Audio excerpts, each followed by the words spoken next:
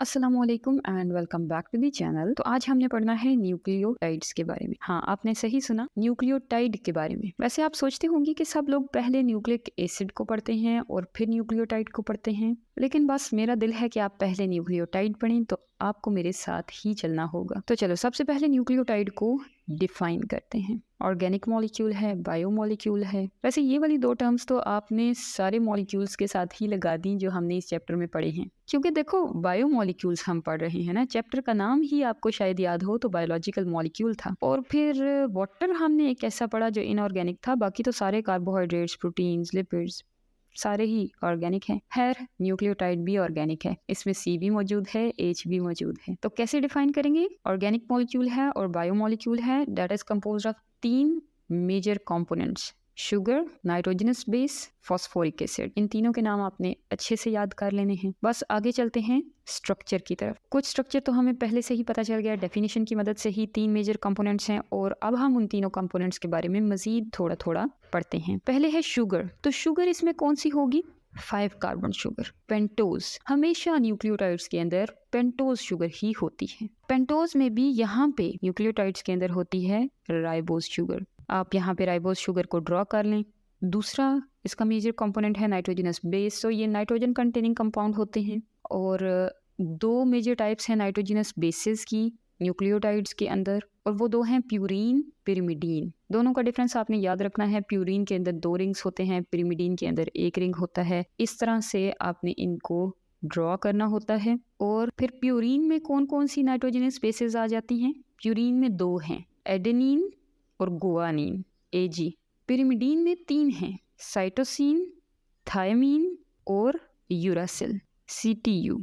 और इसके बाद है फॉस्फोरिक एसिड, H3PO4। एक फॉस्फोरस है और उसके साथ 3 हाइड्रोजन, 4 ऑक्सीजन जुड़े हुए हैं। और वो कैसे जुड़ते हैं? इस तरह से। थोड़ा सा मेमोराइज कर लो इसके स्ट्रक्चर को। और एक बात आपने नोट की होगी, और वो ये है कि फॉस्फोरस तो कार्बन से भी आगे निकल गया, यानी कार्बन के पास तो सिर्फ 4 बॉन्ड्स होते थे, लेकिन आप यहाँ पे देखें फॉस्फोरस ने 5 बनाए हुए हैं। तो फॉस्फोरस के पास ये एबिलिटी होती है, 5 बॉन्ड्स एट अ टाइम बना लेता है। तो फॉस्फोरिक एसिड को इस तरह से ड्रॉ कर लेना है। अब हम देखते हैं कि न्यूक्लियोटाइड के कंपोनेंट्स कैसे आपस में जोड़ के पूरा स्ट्रक्चर बनाते हैं। हम इसके स्ट्रक्चर को ड्रॉ करते हैं तो आपको सारी बातें क्लियर हो जाएंगी। स्ट्रक्चर को ड्रॉ करने के लिए सबसे पहले आपको राइबोज ड्रॉ करनी पड़ेगी। और अगर तो आप हमारी पीछे से सारी वीडियोस देखते आ रहे हैं तो आपको बहुत अच्छे से आइडिया होगा कि किस तरह से शुगर्स के रिंग्ड स्ट्रक्चर्स बनाते हैं। और अगर नहीं है तो इस वीडियो को पहले जाके देखो, इससे आपको बहुत अच्छे तरीके से पता चल जाएगा। तो वैसे यहाँ पे आपको एक छोटी सी टिप बता देती हूँ, और वो ये है कि जब रिंग स्ट्रक्चर बनाते हैं तो हमेशा आखिरी कार्बन रिंग से बाहर आती है। तो लो जी, मैंने भी शुगर का स्ट्रक्चर ड्रॉ कर लिया है। कार्बन नंबर 5 को मैंने रिंग से बाहर रखा है। और अब मुझे क्या करना है? कार्बन नंबर 1 के साथ नाइट्रोजनस बेस अटैच करनी है। अच्छा, नाइट्रोजनस बेस कोई भी बना दो, कोई प्यूरीन बना दो या पिरिमिडीन बना दो। हमने समझ लो ये एडेनिन बना दी है, 2 रिंग्स वाली। अच्छा आगे चलो, अब हमने फॉस्फोरिक एसिड को अटैच करना है विद कार्बन नंबर 5। पीछे आपने फॉस्फोरिक एसिड को बनाया, अब वैसे ही यहाँ पे भी बना देते हैं कार्बन नंबर 5 के ऊपर। और अब हमने कार्बन नंबर 5 को और फॉस्फोरिक एसिड को आपस में जोड़ना है। अच्छा, ये जो दोनों चीज़ें जोड़ती हैं, इनके दरमियान जो बॉन्ड बनता है एस्टर बॉन्ड कहलाता है।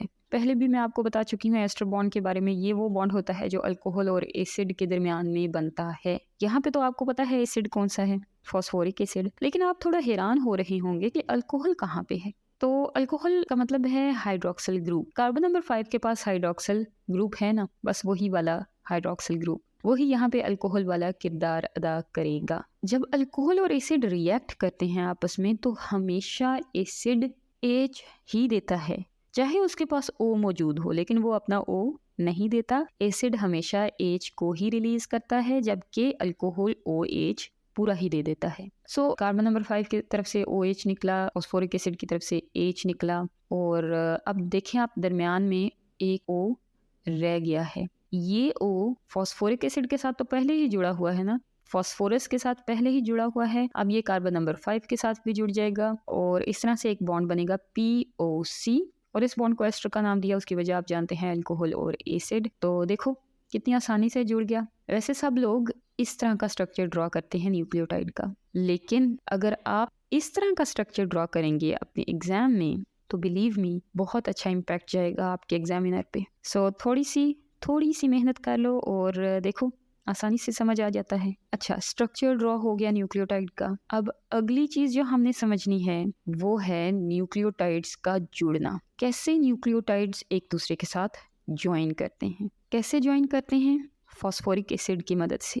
ये फॉस्फोरिक एसिड ही है जो दो न्यूक्लियोटाइड्स को आपस में जोड़ देता है। इस जुड़ने के अमल में नाइट्रोजनस बेस का कोई अमल दखल नहीं है। तो होता क्या है कि एक न्यूक्लियोटाइड का फॉस्फोरिक एसिड दूसरे न्यूक्लियोटाइड के शुगर के साथ बॉन्ड बनाता है और ये दोनों जुड़ जाते हैं।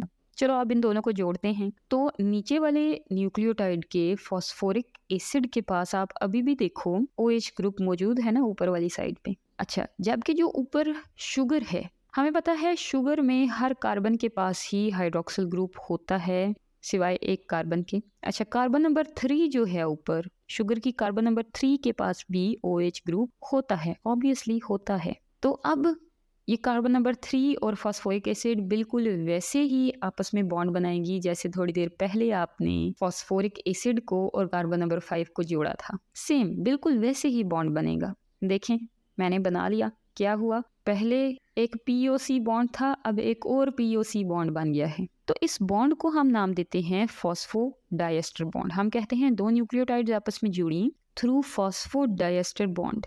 फॉस्फो क्यों कहा? क्योंकि यहाँ पे दरमियान में फॉस्फोरस है। और डाइएस्टर क्यों कहा? क्योंकि दो एस्टर बॉन्ड्स नजर आ रहे हैं ना, दो एस्टर बॉन्ड्स। तो बस मुझे पूरा यकीन है अब आपको समझ आ चुकी होगी कि इन दोनों न्यूक्लियोटाइड्स को कैसे जोड़ा जाता है और फिर फॉस्फोडाइएस्टर बॉन्ड क्या होता है। और आप दो न्यूक्लियोटाइड्स को उसी वक्त जोड़ सकेंगे जब आपको एक पहली न्यूक्लियोटाइड बनाना आती होगी। ठीक है, तो दो न्यूक्लियोटाइड्स जुड़ती हैं तो क्या बनता है? Die nucleotide. 3 जुड़ती हैं ट्राई न्यूक्लियोटाइड, और बस ऐसे ही सिलसिला चल पड़ता है। और ये है कि हम न्यूक्लियोटाइड्स के नाम रखते हैं उनके कंपोनेंट्स की बुनियाद पे। अब देखो, एक न्यूक्लियोटाइड है उसके अंदर एडेनिन नाइट्रोजनस बेस है, दूसरी न्यूक्लियोटाइड है उसके अंदर गुआनिन नाइट्रोजनस बेस है। तो दोनों के फिर नाम तो डिफरेंट होंगे ना। फिर हो सकता है कोई ऐसी न्यूक्लियोटाइड हो जिसमें एक फॉस्फोरिक एसिड हो, कोई ऐसी हो जिसमें 2 फॉस्फोरिक एसिड हो, तो नाम डिफरेंट होगा ना। तो फिर ठीक है, हम इनके नाम बनाना सीखते हैं। अच्छा, नाम के अंदर आपको जब आप बुक से पढ़ेंगे आपको DD लिखा हुआ नजर आएगा, छोटा छोटा D।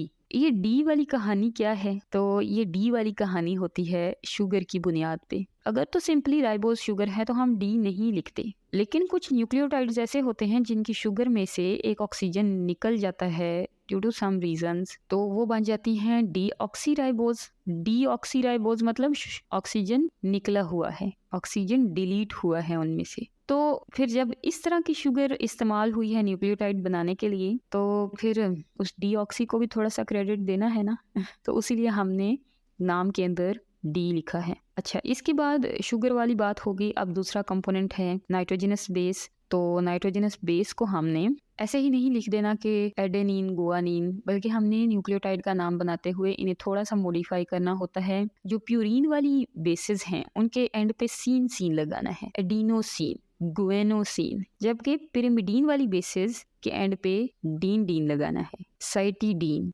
Uridine, thymidine. ठीक है, समझ आ गई। और तीसरा कंपोनेंट कौन सा होता है? Phosphoric acid. सो एक फॉस्फेट है तो मोनोफॉस्फेट, या अगर 2 फॉस्फोरिक एसिड्स हैं तो हम नाम में लिखेंगे डाईफॉस्फेट, या फिर 3 हैं तो ट्राईफॉस्फेट। सो नाम क्या बन सकता है? D adenosine monophosphate. किसी न्यूक्लियोटाइड का नाम ये हो सकता है इन द केस कि उसमें शुगर डीऑक्सीराइबोज हो, नाइट्रोजनस बेस एडेनिन हो और फॉस्फोरिक एसिड एक ही हो। ठीक है, तो ये वाली बात भी आपको समझ आ गई। अब आप छोटी सी एक बात समझें इनकी अकरेंस के बारे में। न्यूक्लियोटाइड्स के बारे में बहुत सारे बच्चों की ये गलतफहमी होती है कि वो सिर्फ और सिर्फ न्यूक्लिक एसिड के अंदर ही हैं, लेकिन ऐसा नहीं है। हमारी बॉडी में और भी बहुत सारे मॉलिक्यूल्स होते हैं जो न्यूक्लियोटाइड से मिलके बने होते हैं। इस तरह के मॉलिक्यूल्स की 2 एग्जाम्पल हम यहाँ पे पढ़ते हैं। एक है ATP। ATP एक मोनोन्यूक्लियोटाइड होता है, यानी एक ही न्यूक्लियोटाइड से मिलकर बनता है। ATP के अंदर नाम से ही जाहिर हो रहा है A यानी एडिनोसिन। इसका नाम अगर मैं पूरा लिखूं, एडिनोसिन ट्राइफॉस्फेट, यानी इसमें जो नाइट्रोजनस बेस है वो एडेनिन है और इसमें 3 फॉस्फोरिक एसिड्स हैं। बस एक और एग्जांपल है हमारे पास इस तरह की मॉलिक्यूल्स की, वो है NAD।